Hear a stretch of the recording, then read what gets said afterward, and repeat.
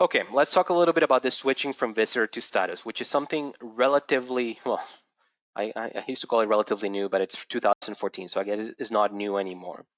But basically, sections were added to the regulations of scenarios where someone could switch from being visitor status to a study permit within Canada.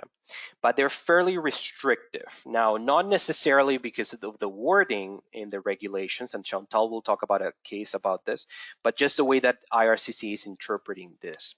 So basically, you're allowed to apply for a study permit within Canada if you're within visitor status, if you're studying at the preschool, primary, or secondary level, if you're a visiting or exchange student studying at a DLI. So we gave the example that we gave, a Dutch citizen who's here doing a semester in poli-sci and decides, you know what, now I want to finish my degree in Canada. I want to switch universities. I got accepted into the program here. They can apply for a study permit within Canada. And those who have completed a course or program of study that's a prerequisite to their enrollment at a designated learning institution.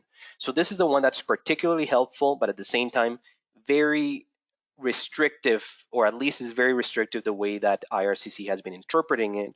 And I think clients have to be very careful when they rely on this.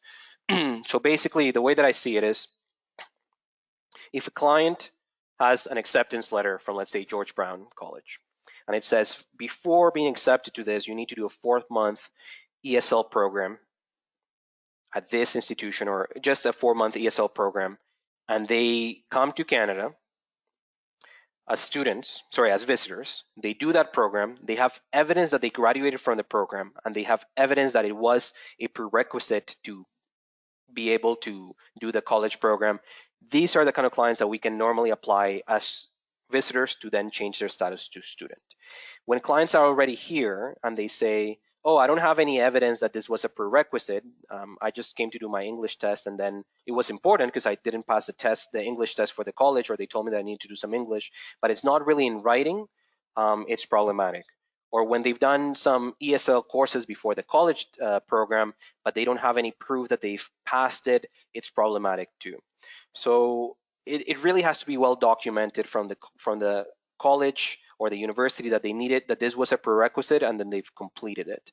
In most of those cases, normally what I advise clients is, if they come to me early, which is not always the case, is let's apply for a study permit. Let's say, we'll show that you need to do the studies prior to commencing your college studies. And if they give you a limited duration study permit, which is very possible, we'll then just apply within Canada to extend it. It's just easier to do it that way rather than have to then make use of this exemption. And if a person, there's always the possibility too that if a person is already in Canada and they are not eligible to apply within Canada because of Section 214 or 215, that they can make an outside of Canada application even though they're physically present in Canada. We all know that this is possible. You apply online. You mentioned that you're in Canada. It's not processed in Edmonton. It's processed outside of Canada. But in most cases, it's processed in the US through a visa office there, normally Los Angeles. I'm not very fond of these applications. I find that it's a difficult visa office. It puts a lot of pressure on proving why are you not applying at your home of permanent residence or your home of origin. The ties to home country becomes a lot more difficult when you're just a visitor in a country applying for that. So I try to avoid doing these applications if I can.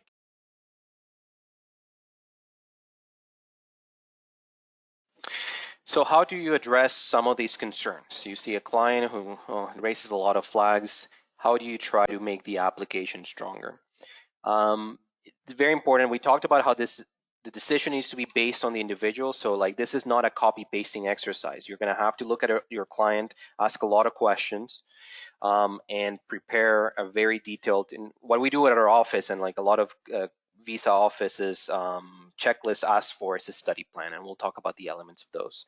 So you should discuss the study career plan with your client, raise any concerns that you have. If there's something that doesn't make sense, bring it up and then see how the client addresses it, and see how you are able to address it in writing. If provide an appropriate study plan, and we'll talk about the elements. As Chantal was talking about, it is about reasonableness, right? The studies must be reasonable considering past work experience and education of the client. They must justify the expense of studying in Canada, by giving the student additional earning opportunities abroad. So like if you are able to justify this, it's something very important. And we'll talk about the elements in just the next slide. And as I said, sometimes the study plan is mandatory, but in many cases it could not be. But in my opinion, it is a mandatory component of a study permit application. And again, this is an example of when a checklist might not have something that's extremely crucial. How we go about preparing them. So we talk about why and how did the applicant select the study. It's normally a one-page document. I don't like making, some countries actually restrict you to one page. I normally limit it to one page and a half. We talk about how and why did the applicant select that specific study program, broad itinerary of what they were going to be doing in Canada, when they start, whether there's a co-op component, what's built into it, the institutions that they will be visiting, how does it differ from programs in their home country, what is special about this program, why Canada, why this specific school, does the applicant meet the language, academic, or professional prerequisites for the program? Again, this is in some study permit checklists that talk about study plans, they have this question, although normally the institution would have checked for this, right? But you want to kind of like address those kind of things. Type program to academic professional history, so show a reasonable progression.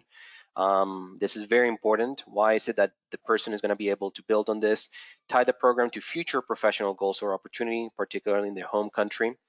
And very important, this is key, incorporate the client's own writing and words. So normally what we try to do is that we tell the clients to prepare one, and then we obviously work on it, we change things, we add things, but I like it to be worded in, it's definitely worded in the client, like I do it in the client's, like basically signed by the client. It's not my study plan, it's the client's.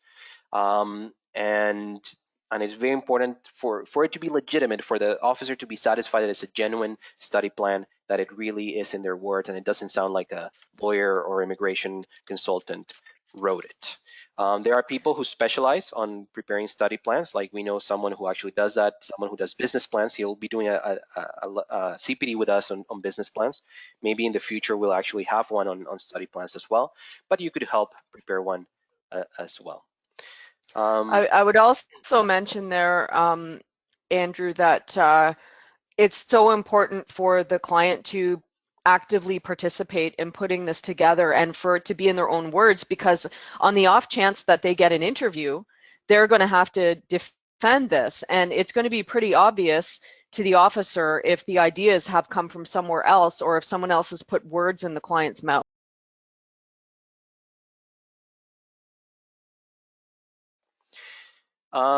So that's the second part, the funds. Let's move to another one, which is probably the most complicated one or the trickiest one. And I think once we're done with this topic, we'll probably take a break, which is a ties to home country. I find that if an officer wants to refuse a client for some reason, they'll sometimes be able to do it through here. So it's a very subjective and case-specific test. There's no one thing that ties you to your home country or to a country of residence other than Canada. There's many different things. So my approach, at least to this, is always looking at the client's specific situation, thinking about things that could be flags, thinking about things that could be positive factors, and try to document the positive factors as much as possible. So non-accompanying family members outside of Canada are positive factors. They have their siblings, their parents, maybe their spouse and their child are staying back home. Those are things that tie someone to another country. They have family members in Canada. That could be a difficult factor. Like, again, not determinative of a refusal. Many people come to Canada to study because their sibling is here or their parents are here. But it's something that you know it could be a flag, so you might want to address it. Or you might want to focus more on the ones that counteract that. If the client has assets, properties, investments, companies, sometimes vehicles, I like to include that. If they're coming here for a short period of time, let's say to do a 8-month program and they have a lease agreement back home where they live, I would include that as well, because it shows that they have a property that they're leasing and that they're going to go back to that property after. Their educational history is something that I like to discuss in the application, that I like to document, that this person has a bachelor in engineering and it makes sense, and it makes sense what they're doing an engineering college degree in project management. So one thing is just saying it, the other one is actually including the evidence of this. Employment history. I many times include, if I think it's a client that has some risk or I want to make the application stronger, job letters that show their employment trajectory and how this relates to what they're going to be studying in Canada. Scholarships that require them to return home. I mean, that's evidence of something that ties into their home country. Prior travel history, something that you can document by showing where they've gone, where they've traveled, the visa they've obtained. Visa refusals obviously is going to be on the negative side, so it's something that you might. It's a risk factor, so something that it's going to make it a little bit more challenging. So you have to work more on the positives. Status in the country of application. If it's someone who only has status right now and they're going to lose it when they leave the country, that happens a lot with clients who are in Dubai, for instance. They have a work permit. They haven't been to their home country in 10 years or plus. They're risky situations because once they leave Dubai and they don't have a job, they're not going to have they're not going to have status there. And the country where they do have status, which could be India, Pakistan, wherever their home country is, they might have not lived there for 10 years. So this is a risky factor. And funds is interesting because funds are important to demonstrate that you have enough money to pay for your studies, but it's also something that can be used to show that you have ties to a home country, that you have assets in a different country. So it's something that could be used in both of them.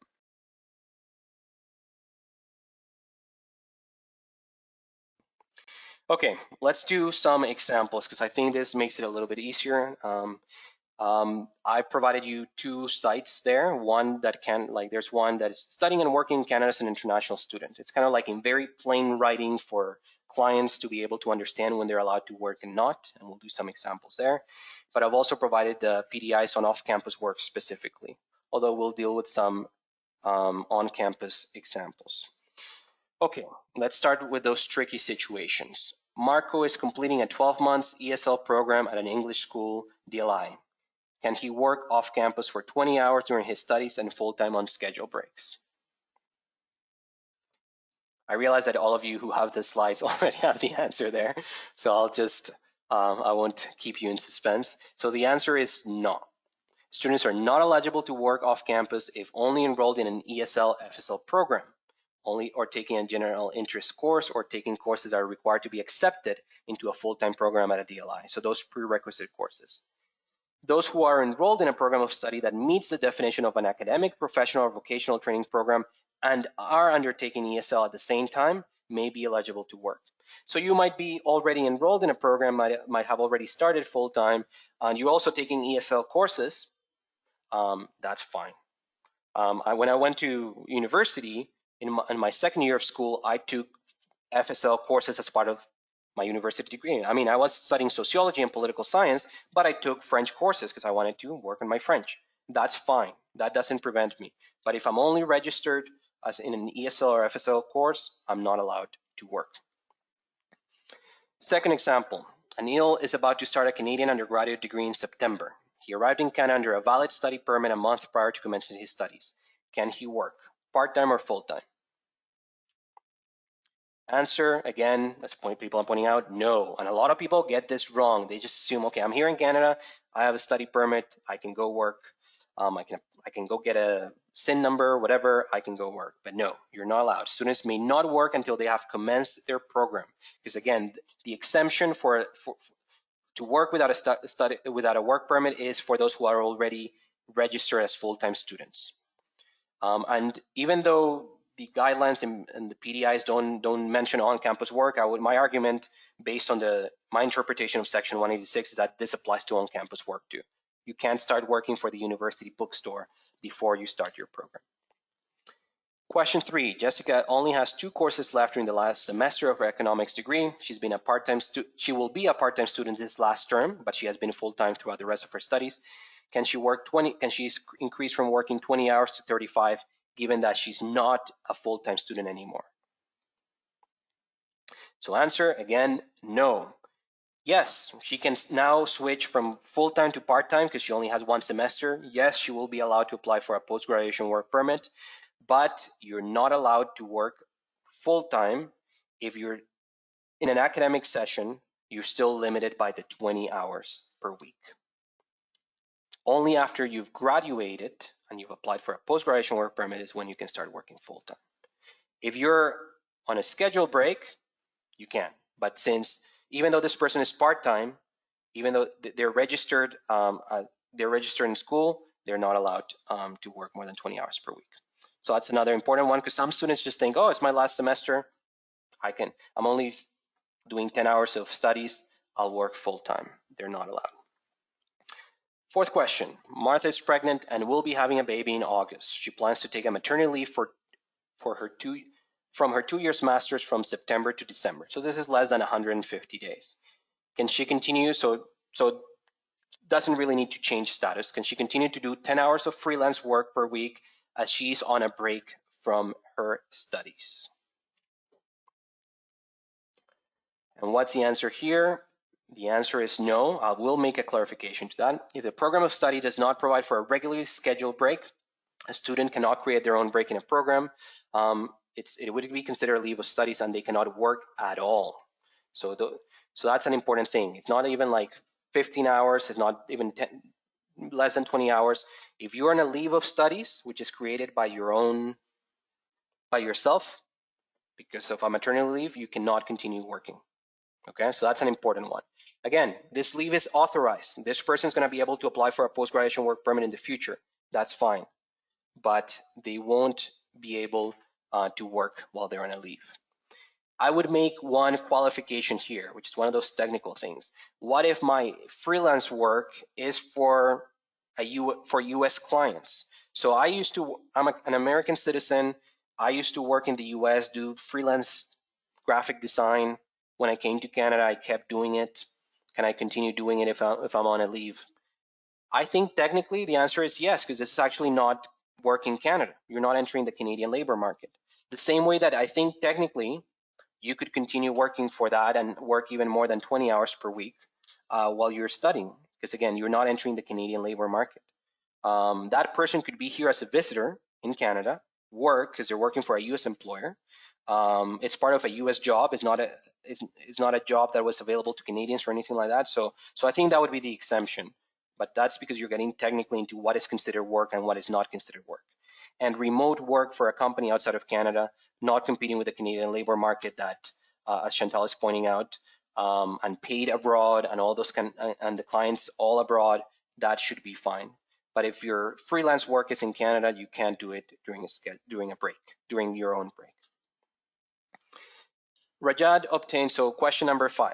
Rajad obtained a letter from his college on April 10 confirming that he has completed his program of studies.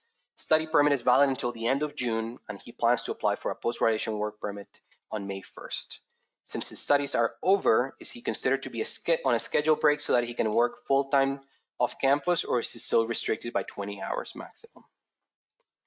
And the answer is he can no longer work at all. Once you've received that letter from the school confirming that you've graduated, you're no longer a student. Your authorization under Section 186V is no longer valid. You can no longer work. You can remain in Canada, that's fine, to apply for your post-graduation work permit or whatever you want to do. If you would just want to stay here a couple of months and then go home, that's fine. You're not without status, but you can only work while you're in school. So this is something very important to advise clients on. The day you graduate, the date you get that letter, apply for your post-graduation work permit if you want to continue to work. And I've seen a lot of clients be prejudiced by this. I've had clients who continue working, assuming they can work part-time or full-time, then they apply for a post-graduation work permit in Canada, or I had a client who went to the border because she was TRV exempt. They asked her, what have you been doing for the last 2 weeks since you graduated? I've been working. And they said, okay, we're refusing your work permit application because you've been working without authorization. And to fix that client's situation involved a TRP and a lot of complicated arguments. So when clients come to you early, tell them, be ready to apply the day you get that letter. And the day you send that post-graduation work permit application, you can start working full-time, whatever you want, part-time, full-time, and your time counts for Canadian Experience class, but not before. Can a student hold off in giving him or her that letter so they can keep working part-time? giving them time to decide to whether to apply. I guess, I mean, quite frankly, Jason, and I think you might be in that industry, I don't know, and there's definitely people here on this seminar that are. I mean, I don't think the schools, I don't know if the schools would agree to do that, right? I mean, I think at the end of the day, there's things that are mandated by the university board, university council that says on this date, when grades come out or when this happens or when convocation decides this and that, that's when the person graduates. So I don't think they can really simply tell the school, hold off on doing that. And Jason is saying that you've noticed that some people can ask the schools to do that. I guess, I mean, if the school basically confirms 2 weeks from now that they graduated 2 weeks from now, well, I mean, you could have continued working during that time. And again, like, I mean, schools could be different, and definitely those who are here from school could let me know. But I mean, I would say you have to go with the guidelines of the school. If the person is technically considered to have graduated on this day, and that's what the school confirms, then I mean, I would go with that. And Chantal is adding that there could be an ethical issue for the school as well, for sure. But nothing wrong for the student to ask, I guess. Question 6, Jan finished her studies degree in sociology this April. This is an interesting exemption as well, and has been admitted to a law degree starting in September of this year. She plans to apply for a new study permit for the duration of her new program. Can she work off campus while waiting for the start of her law degree during the summer break? If so, how many hours? So this is an interesting one, because Yan, in this case, she's finished. She's no longer a full-time student, or she's actually no longer a student at all. So normally 186V would mandate that this person is not allowed to work anymore. But this person still has a valid work permit, sorry, a valid study permit, or will be applying for a study permit or has applied for one. What has the government decided? Yes, they will allow them to work, as Jason is pointing out, for a maximum of 150 days. And this makes sense, right? Like, I mean, someone who's transitioning from one program to another, why prejudice them? Why keep them in Canada without the possibility of studying when they could be doing something productive? So the government has basically said, yeah, you can study as long as it's for 150 days. If the break is more than that, then you have to stop working after the 150 days. What do you need to meet? So basically, you needed to have met the criteria under 186V. So you needed to have been a full-time student, except for the last period. You need to have received written confirmation that you've graduated, and you need to have submitted an in-Canada application for a new study permit before your permit expired, or you still have a valid study permit, and you have a letter of acceptance from a school saying that you will be starting a new program within 150 days. And as I said, if it's more than 150 days, then you have to stop after the 150 days. So good flexibility there, and they can work full-time. So I did that, for instance, when I graduated from university, my undergrad, I went into my master's, and then my master's to my law school, I worked full-time during the summers. Back then it was a little bit different because I had a off-campus work permit, but now that is built into Section 186V. And I think this is the last question. Heidi finished all of her Bachelor of Engineering courses on April 15, and her last exam was on April 30th. She has not yet received any confirmation from her school that she has graduated or completed her program requirements. Can she continue working, or should she stop as soon as she writes her last exam? So what are your thoughts here? She can work until she gets that letter, right? So students may work off campus on a part-time basis. Again, this is because since she's still a registered student during an academic session, she can only work 20 hours per week. Even though the last exam is done, she's still considered to be in an academic session until the grades are out or whatever, the confirmation of graduation. So she can continue working 20 hours a week until she gets that letter. And it's basically whenever you get the first of either the completed final academic, sorry, it should be here. The first day that they receive any written confirmation from the school. So it could be the transcript or an official letter saying that you've graduated. Okay. A few further clarifications. Full-time status as a student is a requirement for off-campus work and for on-campus work as well. DLI set the number of hours that constitutes full-time. Students must stop working off campus as soon as their full-time status becomes part-time during a regular academic session. So for instance, let's say you're in the middle of an academic session, you drop a course, you become part-time. In theory, you're supposed to stop working full-time at that point. Sorry, you're supposed to stop working at that point because you're no longer a full-time student. If you're taking a leave, the second you take the leave, you're not supposed to continue working. And those who have maintained full-time status for the duration of their program and who only require part-time course load in their final academic session may continue to work 20 hours during the session. If the DLI considers a co-op student with a co-op work permit to have full-time status during the work experience portion, then they may be eligible to work off campus in addition to the co-op. So this is an interesting one, right? I'm on my co-op semester. I'm obviously allowed to work as part of my co-op. Can I also work off campus as part of the rules that are built into section 186V? And the answer is yes. I could do Uber, for instance. I could work for Uber less than 20 hours a week because I'm considered to be in an academic session, but I can do that in addition to my co-op program.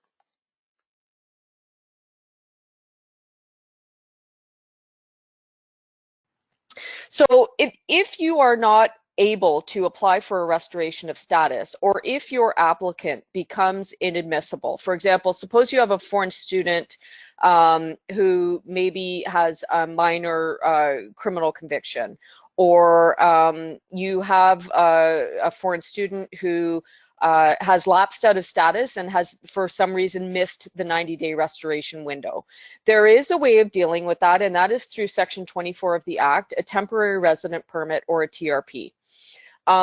Basically, this is a very discretionary type of application where the officer has to weigh the reason why the person needs to stay in Canada versus any risk that would be imposed either to system integrity or to the health and safety of Canadians by allowing that person to either enter or remain here. So it's a pros and cons analysis. Like, why do you need to be here so badly versus how serious is the infraction? And, you know, it could be a number of different things. Like if it's a simple overstay, for example, well, you know, this is not going to put anybody in danger. It's an issue of system integrity maybe, but you know, it's not a health or safety issue, as opposed to somebody with a very serious criminal conviction that could pose a risk. You see the difference between weighing and balancing those two things. And the legal test, as set out in section 24, is whether it's justified in the circumstances. Well, you can right away see from that wording that that's going to be a very discretionary application.